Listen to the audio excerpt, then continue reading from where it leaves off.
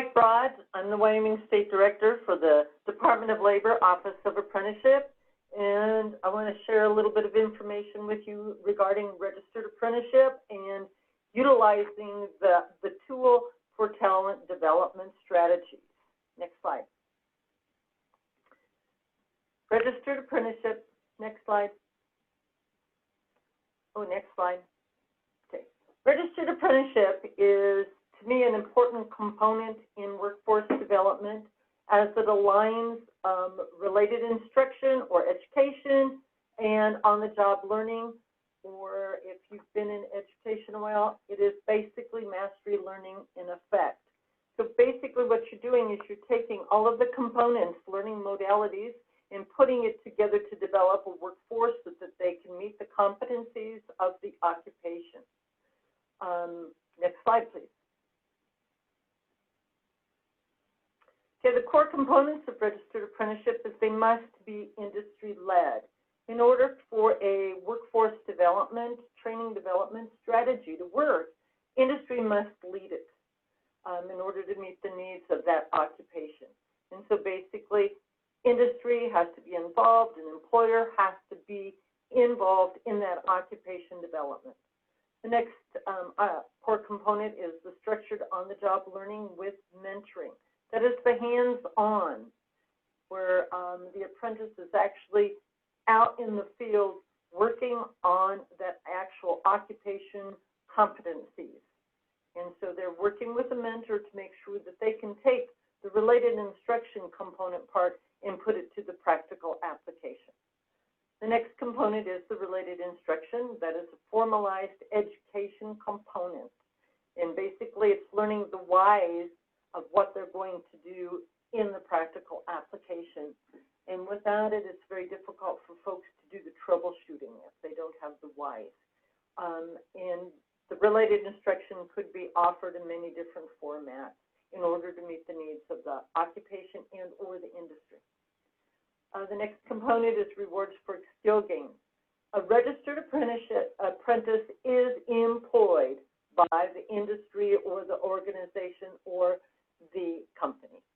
And so as they are learning, since it is an earn and learn type of program, then basically we are looking at the apprentice as they become more valuable to the employer and as they can master the different skill sets to earn higher wages and have step increases as they go along and they are more valuable to the employer.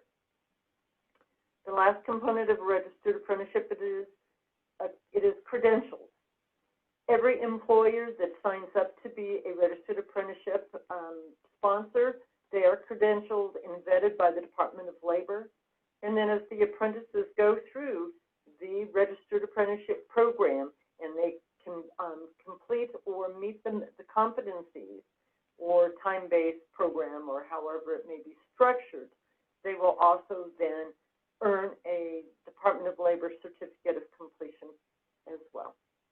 For each model of registered apprenticeship, we have a time-based program that the employer and the industry feels that there needs to be a level of repetition, and so that registered apprenticeship program is time-based, so that repetition to master the skill sets can be met. Other occupations through the related instruction and on-the-job learning, such as cybersecurity, can be met through the competency-based programs. This often allows apprentices that have skill sets in the occupation to actually move along at their rate of competency. Next model we have is a hybrid approach. The hybrid approach is for a lot of occupations that feel that they need both some time-based for repetition and or competencies to be met during that time. Below you can see that we can have different types of related instruction opportunities, in which we touched upon in the last slide as well. Next slide, please. Okay, registered apprenticeship is a nationally recognized credential. As I stated earlier, employers are credentialed as a Department of Labor registered apprenticeship training program for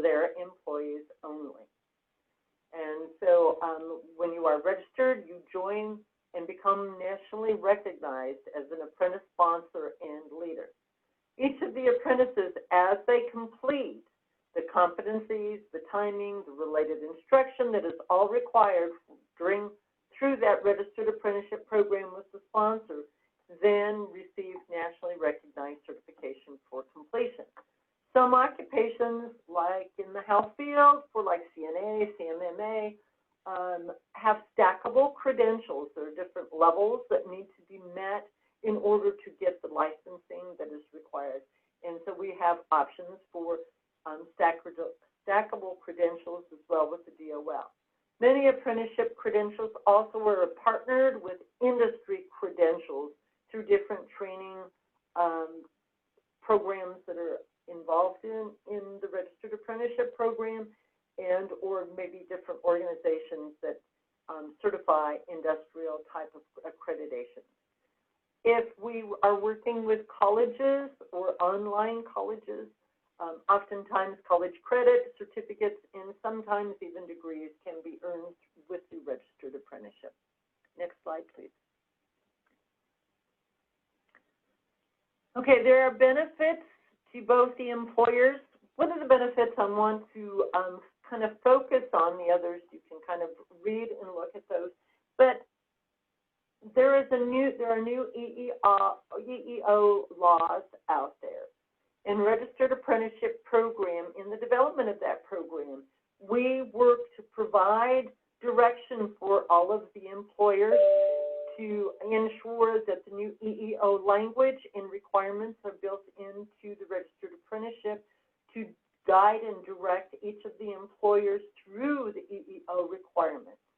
That is huge right now, as the new EEO language is requiring employers to provide anti-harassment training and offer the opportunity to disclose disability type of situation.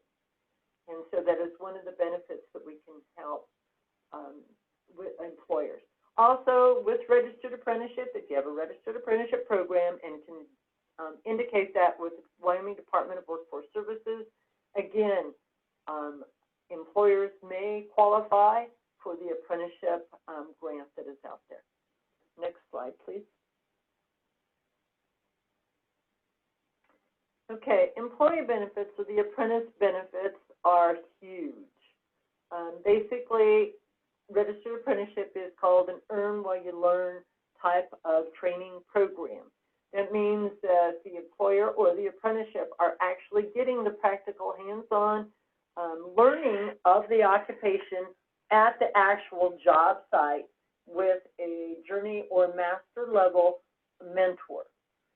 They also, through the registered apprenticeship program with the sponsor, are earning education, whether it be an education program that is offered by the employer, by a college, by different types of options that are available to provide industry credentials.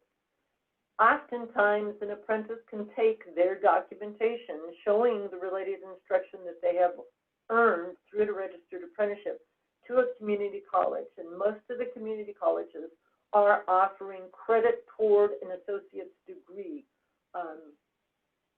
by the information provided on that registered apprenticeship.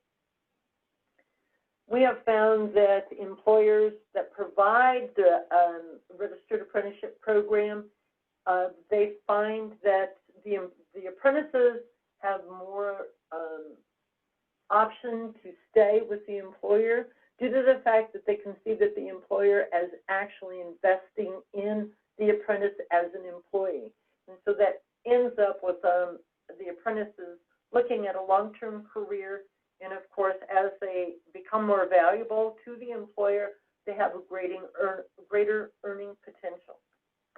With the registered apprenticeship and with applying for the apprenticeship grant with the Wyoming Workforce Services, it is basically also providing an education at no cost to either the employer and or the apprentice. And then, of course, for both the employer and the apprentice, it is a national credential that is recognized nationwide. So whatever credential is earned in Wyoming, if a person chose to move to Missouri, that credential is accepted in that state as well.